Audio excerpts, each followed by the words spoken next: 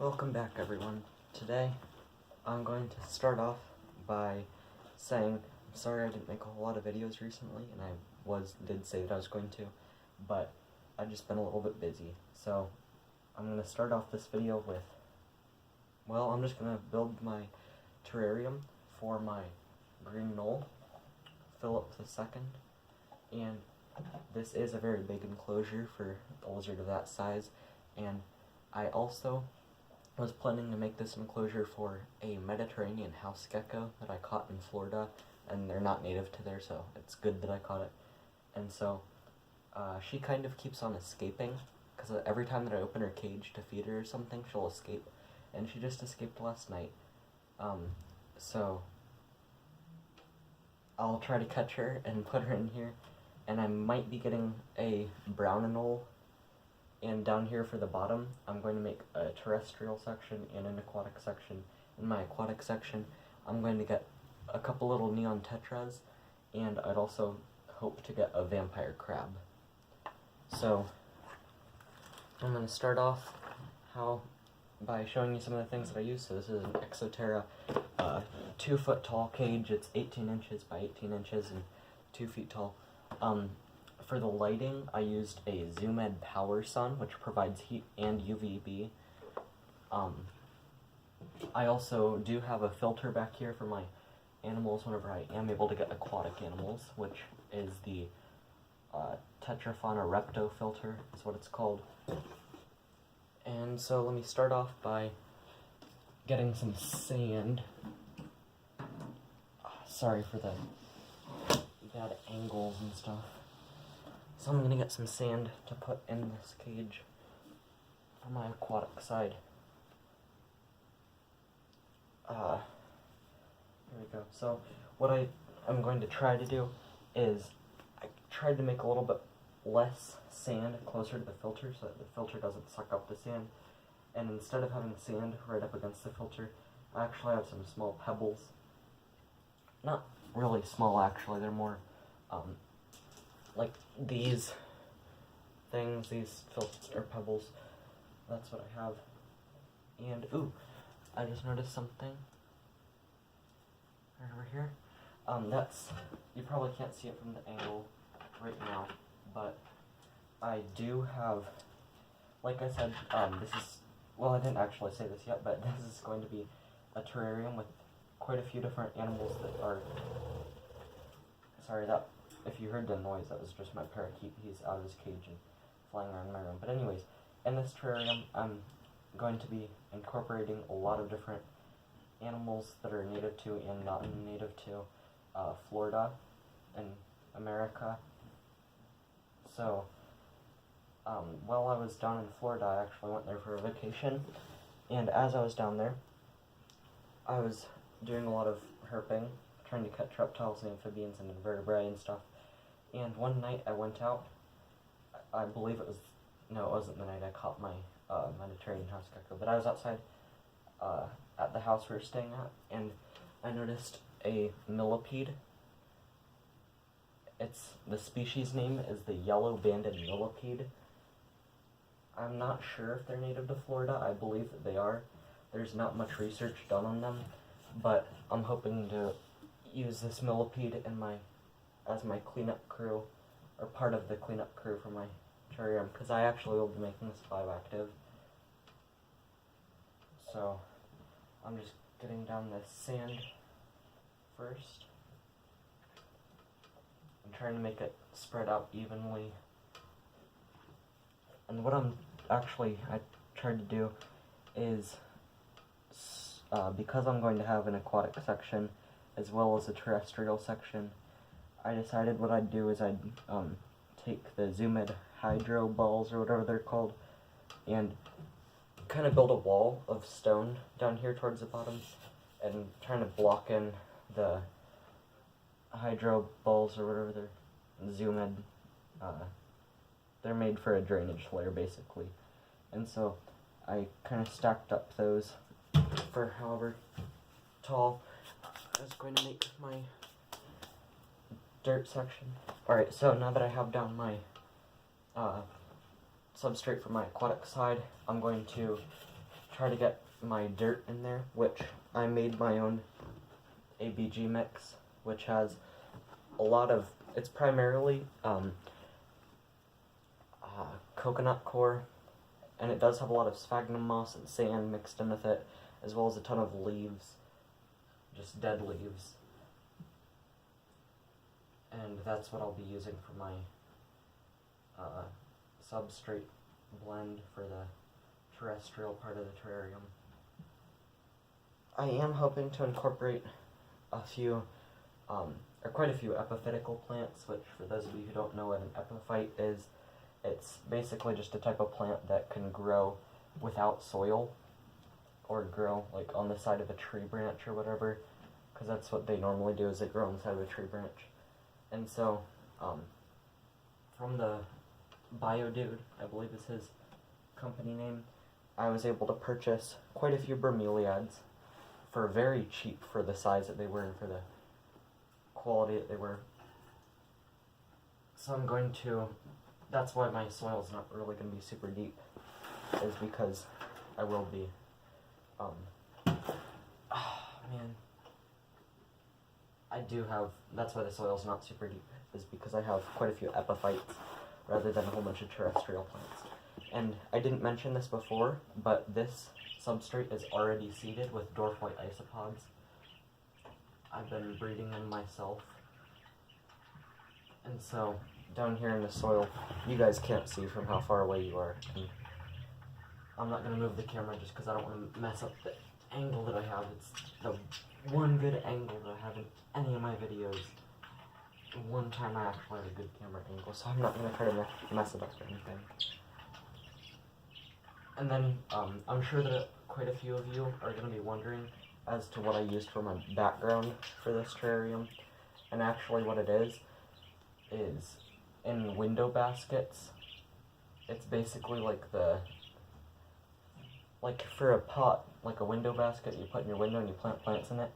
I basically took the thing that keeps the dirt, I don't know what it's called, but I basically took the thing that keeps the dirt from going right through the screen, like it's your window basket, and I use that as my thing. It's kind of like a straw, I guess.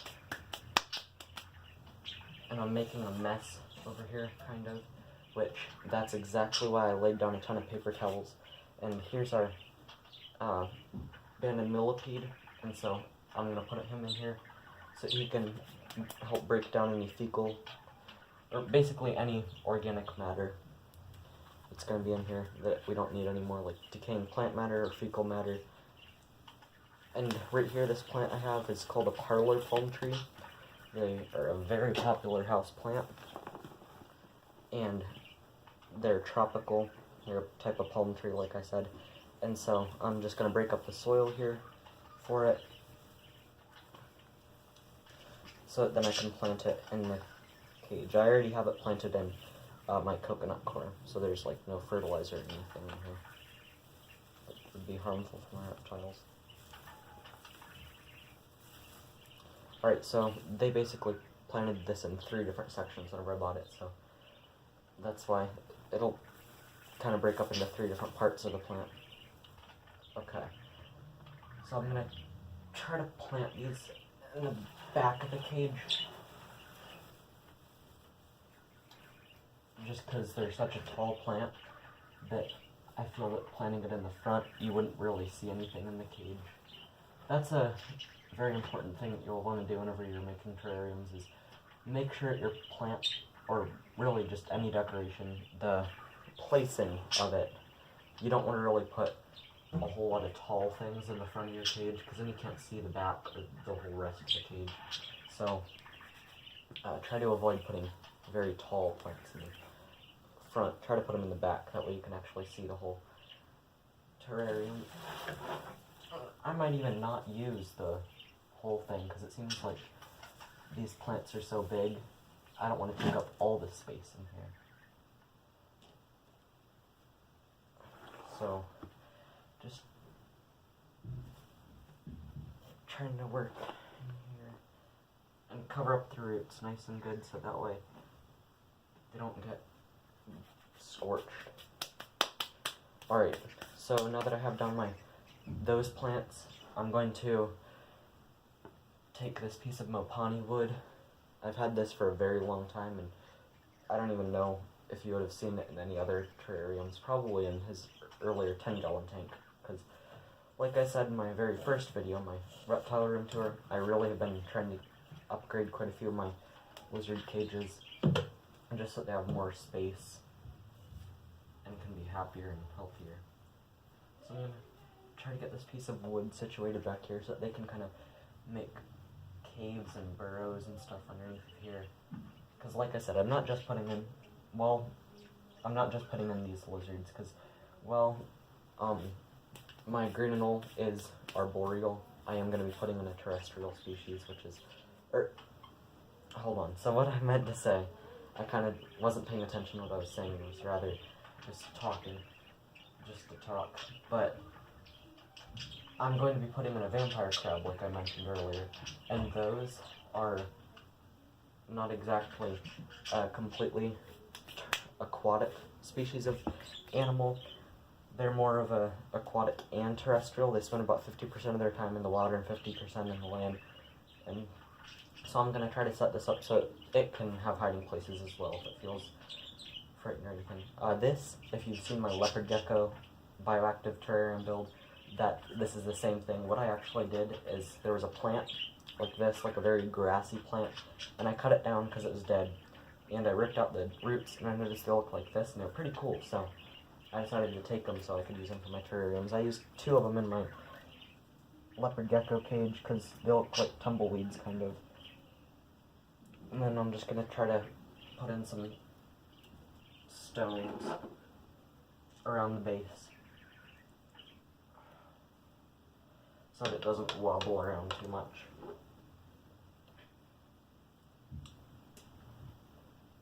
Just a bunch of, just these little rocks. This is a little bit harder than I thought it would be. Which, again, just like the land over here will do, I'm just trying to make some areas for my vampire crab to crawl around into that can be out of the water. And I'm just going to be scattering these stones around. And the other thing is that neon tetras kind of like to be hidden a lot, so I'm trying to kind of put some stuff down in the water just because I need to have them be able to be hidden. Right here's a little cutting from a pothos plant I'm going to be putting down here in the water section, because something cool about pothos plants that not everybody knows is they're not a complete terrestrial plant, like meaning that they don't completely need to be. I'll move this out of the way. I'm sorry, I just realized that you guys probably couldn't see the whole bottom that I was just doing because that dirt bin was in the way. But anyways, I don't even know what I was saying just a second ago. Oh, pothos plants. They don't exactly need to be in water. They don't have to be in dirt. They could be in water. So right here, I have the bromeliads that I was telling you about from not Genesis Exotics. That was his old company. It's the Bio Dude now. And so I just have some bromeliads from him. They're very, very, very, very, very nice. They only cost me like $25 plus shipping and tax. They're very high quality, and this was the, I bought them thinking that I was going to get 1 mother and like 3 pups, it said. I got, well, all these bromeliads are connected. I'm just trying to saw off the bottom of it, just so that I can, there we go. Wow, that took a lot of power. But anyways, these bromeliads I thought were just going to be what he said, being, boy, all this water is dumping out of the bromeliad now.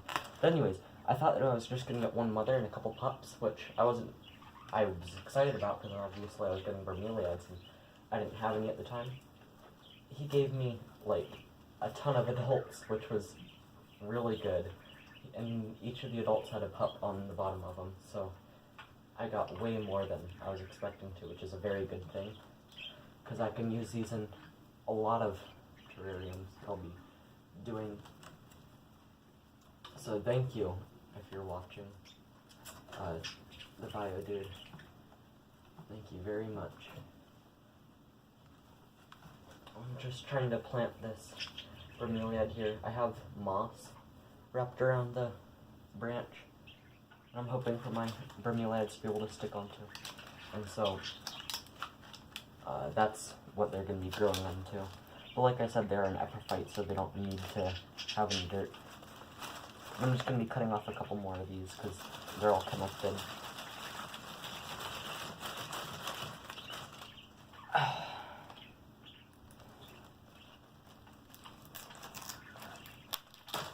There we go. They're very strong, sticking onto each other.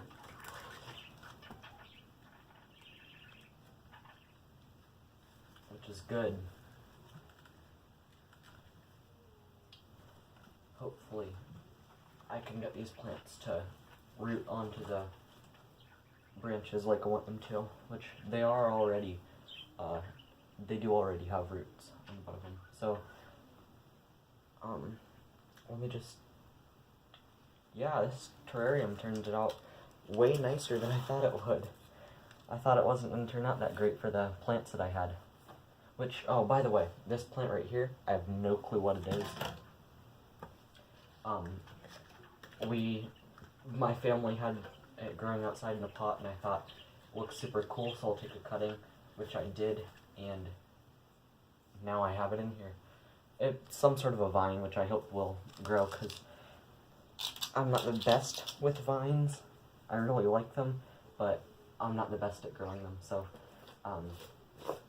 after this I'll just have to clean up my mess that I made with all this dirt everywhere, and just vacuum it up, and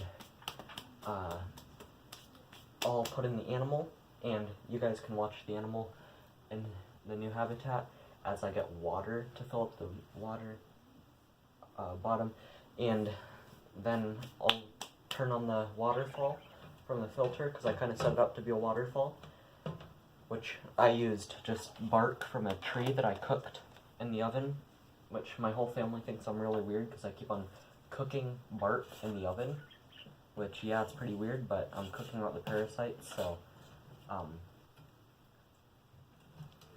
I'll just let you guys watch as I get some water for the bottom. I'll be right back with that, and then we'll finish up the video.